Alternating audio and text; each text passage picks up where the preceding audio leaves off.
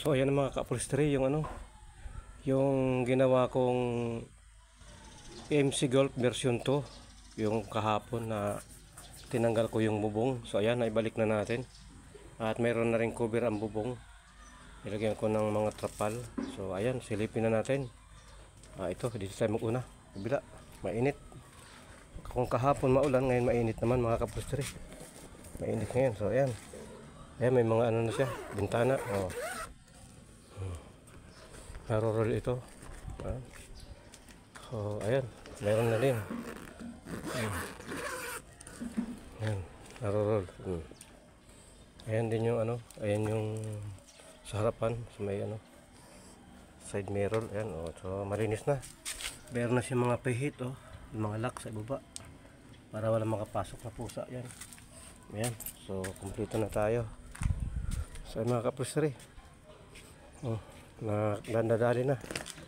So ayan, yan yung trapal. Naibalik na yung bubong at saka naibalik na yung trapal. So finish na, ready to na ito, pick up. Ngayon tingnan naman natin yung ginawa kong mga upuan, seat cover. Kasama kasi yung seat cover mga ka-upholstery na ginawa ko. Silipin natin yung seat cover. So ayan, tanggalin natin.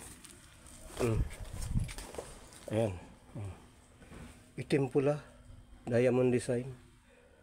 So pulang pula pati loob, yan lang, gitna lang yung diamond pati sandalan. So yun sa harapan, ayan, pula. Ayan din yung seat cover. Sa akin yung susi.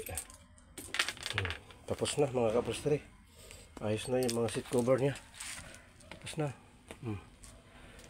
So ready na ito. Ready na yan. Mainit dito ako sa silong.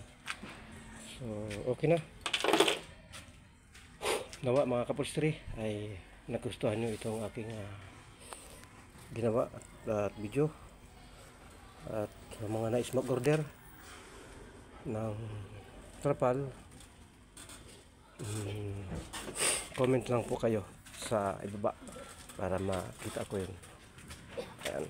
So ingat po. Hanggang dito na lang. God bless. Kaya, bumokas siya to.